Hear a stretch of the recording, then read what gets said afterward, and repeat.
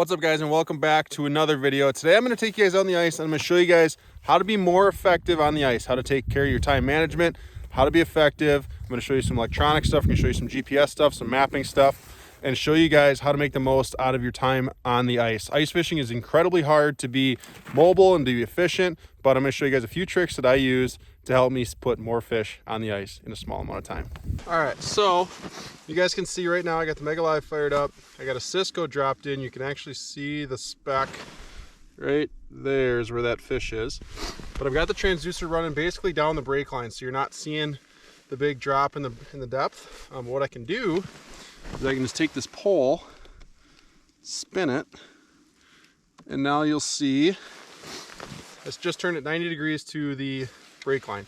So now you guys can see on the left side of the screen, over here is where it gets shallower, that's towards shore, and then you can see where it gets deeper over here to the right. But we're not seeing that much of a drop, and we're set at 30 feet on either side, so that's within 60 feet. But if you want to see out a little bit further, I have this set in manual for my range. I'm just going to bump it up, and now you guys can see I'm right on the edge of this nice lip that I was just telling you about. So we're 100 yards from shore, but you guys can see there's this really nice lip right here, and that's that lip that I was targeting muskies on this fall. Now it comes up to about 20 feet over in here, so that was more the edge that I was looking at for muskies. Now with trout, I'm right here off the break line. They can push bait fish into this edge, and then we've got all this deep water out here, and then eventually drops off into that 70, 80, 90 feet of water. So sweet spot. I drilled one hole, and that is simply because of the GPS feature and having the auto chart live there. I didn't need a waypoint from this summer. I could just look at my map, come here, spot on, drill a hole. I'm right where I want to be. Now, in a perfect world, I would probably be maybe 15 feet further to the right, just to get me a little bit closer to this edge. But trout can see well over 15 feet. You guys will see if we have some fish come in. They can see the Cisco, they can see me. We're about 20 feet apart. They've got really good eyesight, so they can see a long way. So even if a fish is sitting more on that break line, they can definitely see our setup, our lures, and come check them out. So we're right on the money. We made one hole. We're not wasting any time searching for an area. We know where we want to be, specifically because of our auto chart live. So we're going to bring this in now to 55. Let that persistence go away. We're going to start for a bait. Number 7 jig and wrap right here. Little updated hook on the bottom. That's a BMC hybrid treble. I upsized the hook on the bottom, just ups your hooking percentage, and it's a little bit stronger hook. The hooks that they come with are good for walleyes, but you know, lake trout can be, there's fish over 20 pounds in this lake, so they can straighten out a hook pretty easy. So upgrading that hook to that hybrid treble is a good move, and it'll definitely save you a headache of losing a fish. We got our drag set. We're gonna start ripping and see a trout come in.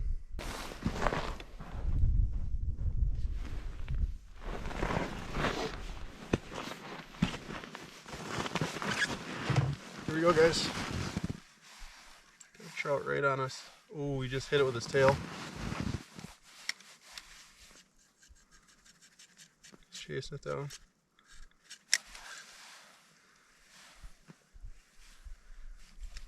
Come on, where'd he go? Oh, he's right over the Cisco. So see how he shot over that Cisco? Here he comes back to us.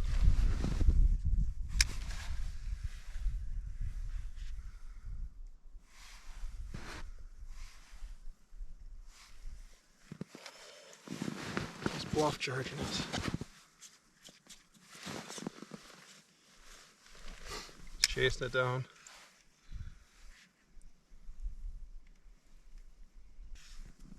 Come on, he's still around. Here he comes. Right on it. He's so close. Now he wants to go look at the Cisco. So you guys can see how good their eyesight is. That fish is going right over the Cisco right now. I need to get this camera.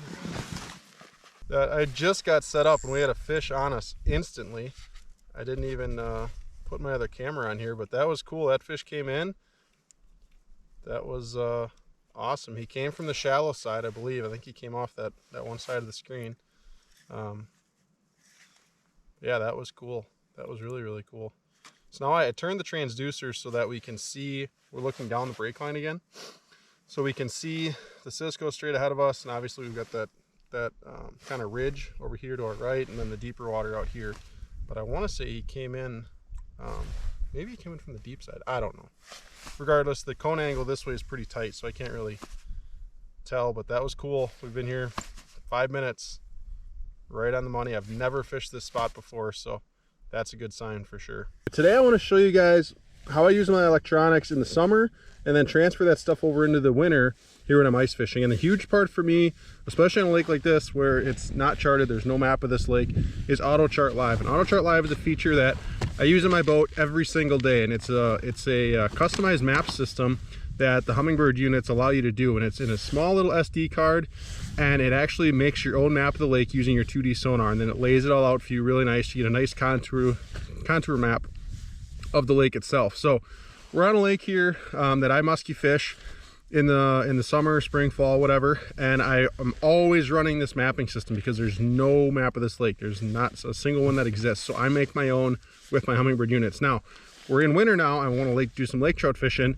and with this being a deep, kind of clear trout water, technically musky lake, I can transfer a lot of my fall musky spots over to lake trout spots as well. And now I'm just going to be using my GPS and my autochart live chip to put me exactly on that spot.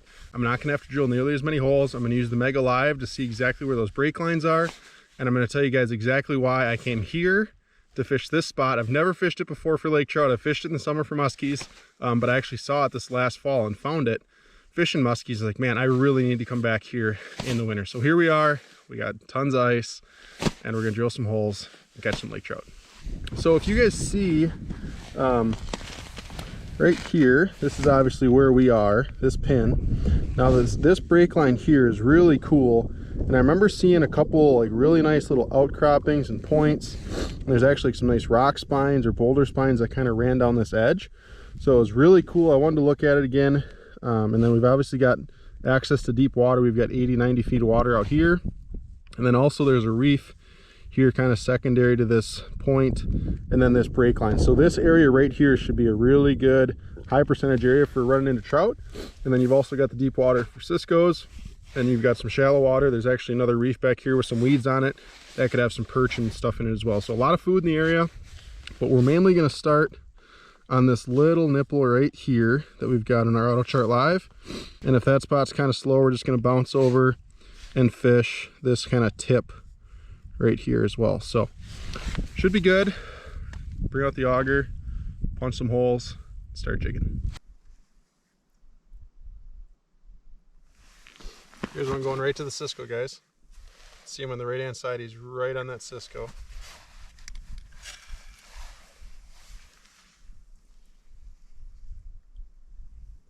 Looking right at it.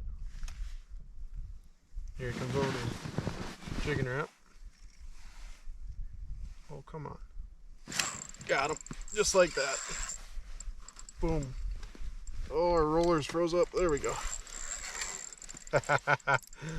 Oh, man, we've been here 15 minutes. We've drilled one hole for me, one for the Mega Live Deucer, and one for the Cisco. And we got ourselves a trout. How awesome is that? I think it's a pretty good one. Efficiency, guys. Ice fishing is all about efficiency because ice fishing is so hard to be mobile. You're stuck to in my case, a 10-inch hole, 8-inch hole. Mobility is not easy. So if you can save yourself time by drilling less holes, driving right up to the spot, getting your stuff drilled, and start fishing, you're not wasting time looking, for the right spot, or I'm a little too far this way, a little too far that way. I'm basically within 15 feet of where I wanted to be, ideally, in a perfect world.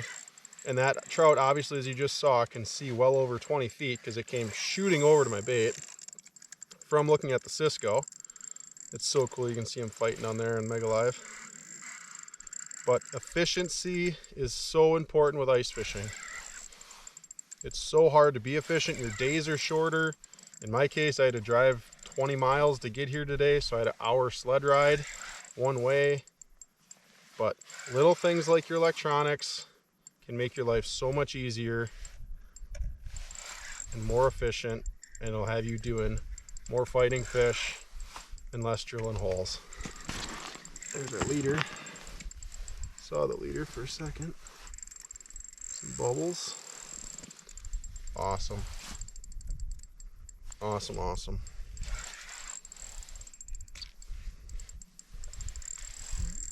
Close. More bubbles.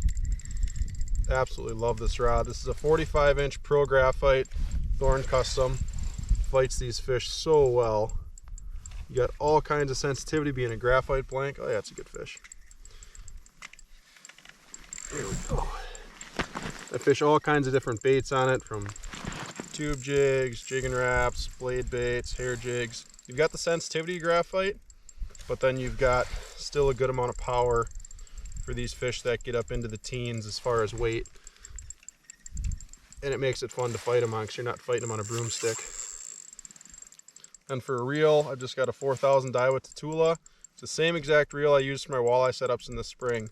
12-pound braid, and then a fluorocarbon leader, in this case 12-pound as well. But it just makes it cost effective as well. You don't have to buy a separate reel just for trout. Here it comes. Not quite as big as I thought, but easy, buddy. Boom. There we go. Number 7 jigging wrap to the face. On the nose hook, you don't see that too often. Some people actually cut that hook off, but on the nose hook, that one saved us that time. Not quite as big as I thought he was going to be, but nice trout. Effectiveness. We've been here for 20 minutes, and that includes a 5-minute fight with this guy. Awesome. See you later. One other thing too I should mention about the rod is I have mine built with recoil guides. So if you guys see these guides here, these are titanium recoils. So you can actually take these guides and fold them totally flat, right? And then you flick them off to get the ice out of them. I always fish outside. You guys, I don't think I've ever filmed a single ice fishing video in a shack. I haven't fished in a shack in years. But those recoil guides allow you to just flick the ice out of your guides real quick. You don't have to stick them in the water. You don't have to suck on them to get them to thaw out. You can just flick them real quick, clear the ice, and get back to fishing. Again, guys, it comes down to efficiency. Ice fishing makes it so hard, but if you're willing to spend a couple extra bucks here, a couple extra bucks there, and put in the time to do the scouting, it makes your ice fishing that much more enjoyable. For me, ice fishing is secondary to open water, no doubt, but when I get to use this kind of technology and know that I'm being efficient doing it, it makes it a lot more fun for me. I don't like being wasting my time or not being efficient on the water. So this stuff, like I said, guys, it's going to make you that much more effective on the ice. Here we go, guys. Here's one coming from behind us.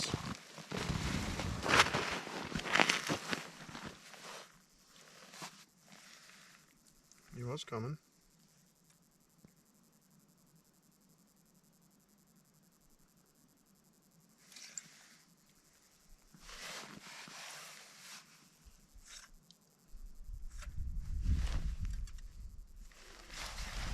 There he is. Got him. Sweet.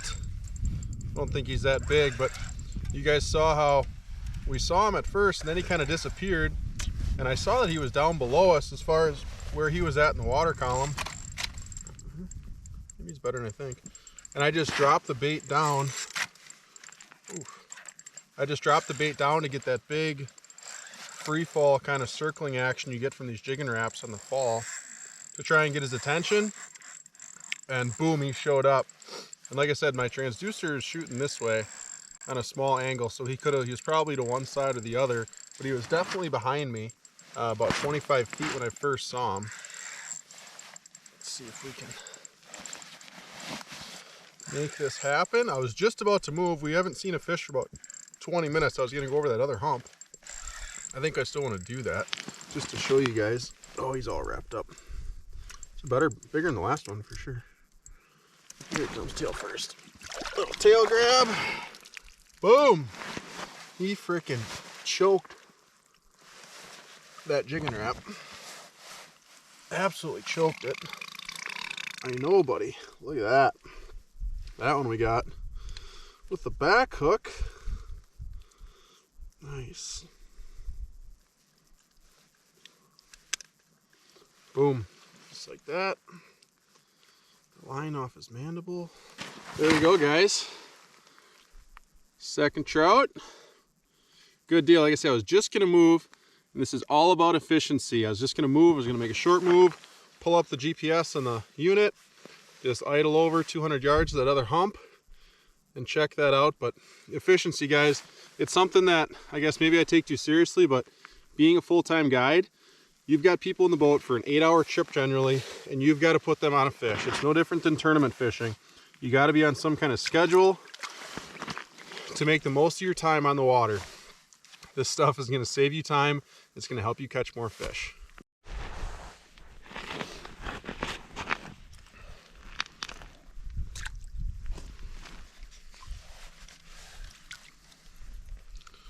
All right.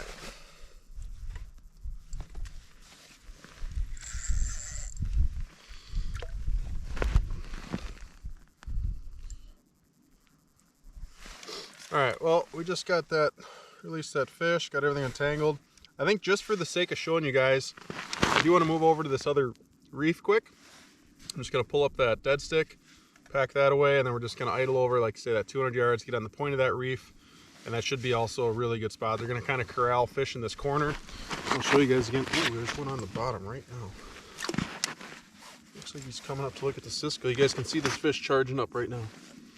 I was gonna move, but this guy's making it hard to do that. Let's see if he sees the jigging wrap here. He sees it. Come on. He's below it. Fell off. He was originally just going to the Cisco. Now he's going over to the Cisco.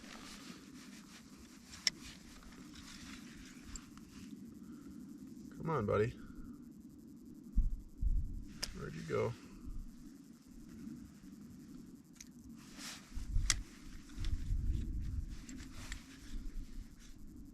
Do that same thing, get that jigging wrap just fall in that big circular motion. Start reeling. Oh, got him.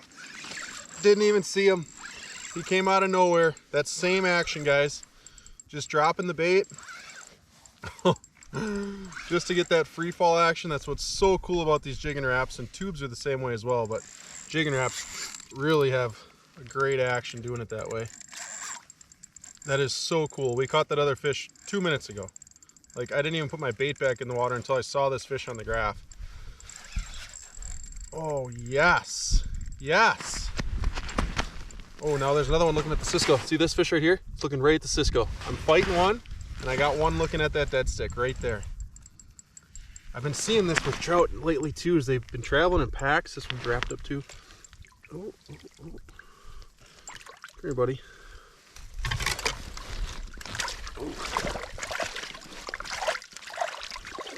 Oh, I had the tail grab. He's unwrapped now. Got him. Oh. Boom. And that one, guys, you can't even see that bait. I have no clue where it is. I gotta watch my hand, but I want to get it out as quick as possible. Easy, buddy. Ouch, I just got hooked by it. It's somewhere in there. Oh yeah, there it is. He choked that thing, guys. Absolutely choked. I gotta get pliers. That one's still looking at the dead bait.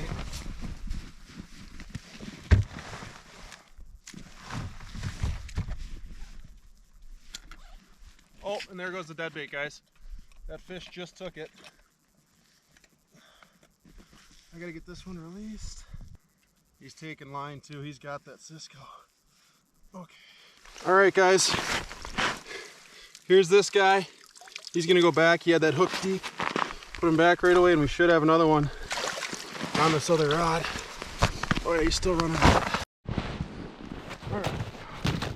Let's see what we got going on. This was the same fish we just saw. Got him. We saw this fish as we were fighting the other one. Is he tiny or what's going on? This is so weird. Did I lose him?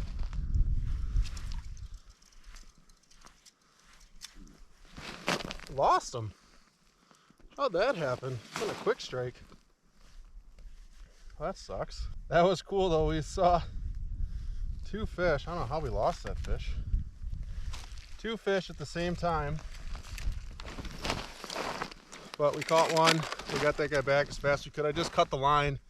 He was all, I got it out, but then he was all wrapped in it, so I just cut it to make it faster so I could get him back quicker. But that's a bummer we lost that fish. This one.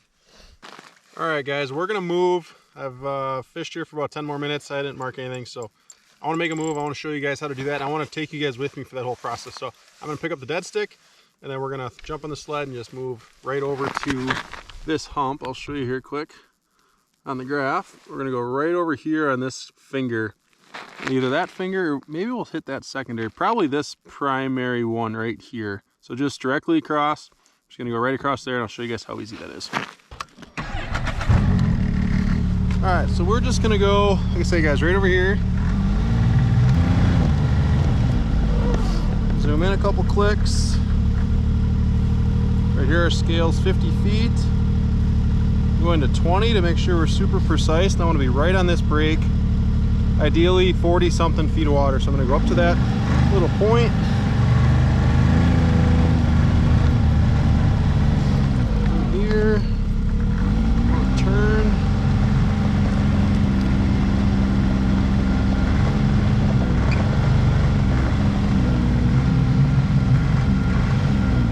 Boom. Just like that. That's going to be our spot.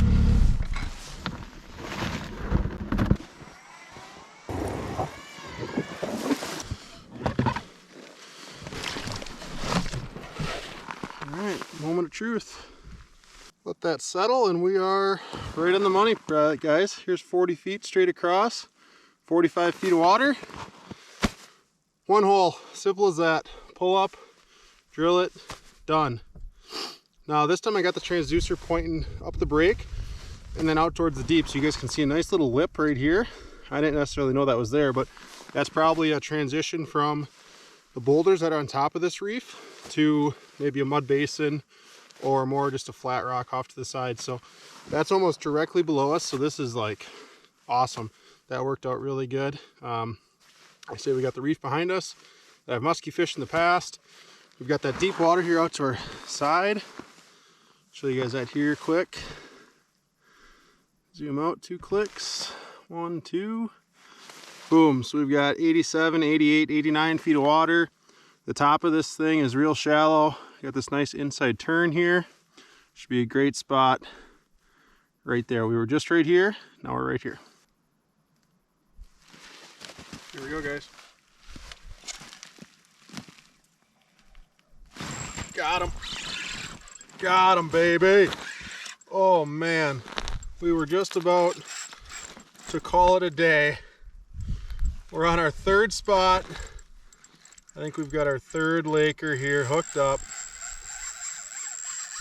Yes.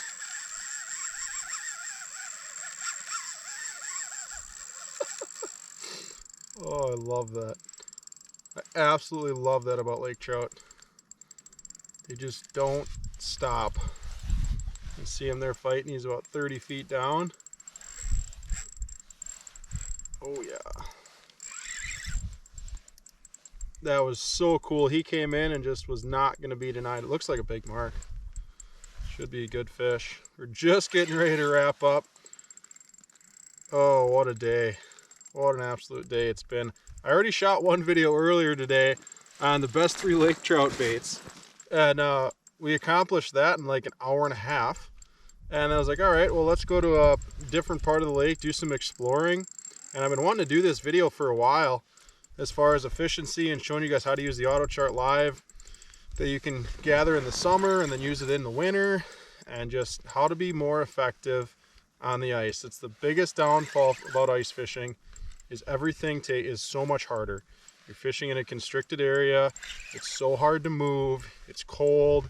Everything about ice fishing is hard, but you can make it easier by using these few little tips and using your electronics to your advantage, prepping for it over the summer, I say, I'm not even specifically looking for these spots. I'm just musky fishing these spots here. I've casted this point for the first time this summer, and that reef I've been fishing this last year, it's just been awesome. And then to be able to cross it over where there's trout in the same lake, so cool. Right here at our leader. I haven't seen him yet, but I think it's gonna be a pretty good one. Still fishing the jigging Rap. Oh, I just saw his fins. Come on, buddy. Oh. Here we go. Come on. Oh yeah, nice trout. Oh, come on, don't do that, don't do that. Oh, we just got him by the back hook. Come on, come on, come on. Try not to get a hook in the hand. Oh yeah, barely hooked. Barely hooked. We got him! Yeah, baby! Wow, that is really crazy. I got that one on the single hook in the back. I don't know if I got one on the treble today. There's our trout, guys. Number 3 for this video for you guys today. Awesome fish, definitely the biggest one out of the 3. Right after our minor. How freaking awesome is that? Awesome, awesome stuff. Wow, pretty white fins. Such a cool fish. And that's a wrap, guys. That's gonna be a wrap on today. I can go home happy. And this guy's gonna go home happy too. Oh, buddy. Awesome, awesome fish. Oh, fin nip here, probably from spawning. White tips on the fins. Absolutely love that. There he goes. Boom! There we got it, guys. That's a wrap for today's video. Thank you guys so much for watching. If you're not already, please consider subscribing below to the channel. We've got all kinds of lake trout content here. Got a ton of musky stuff. We're gonna have walleye stuff. We're gonna have smallmouth stuff. I'm gonna do a ton of filming this year during my guide season and in between guide trips and whatnot. So a lot of stuff to come, a lot of good stuff to come, and I hope to see you guys there.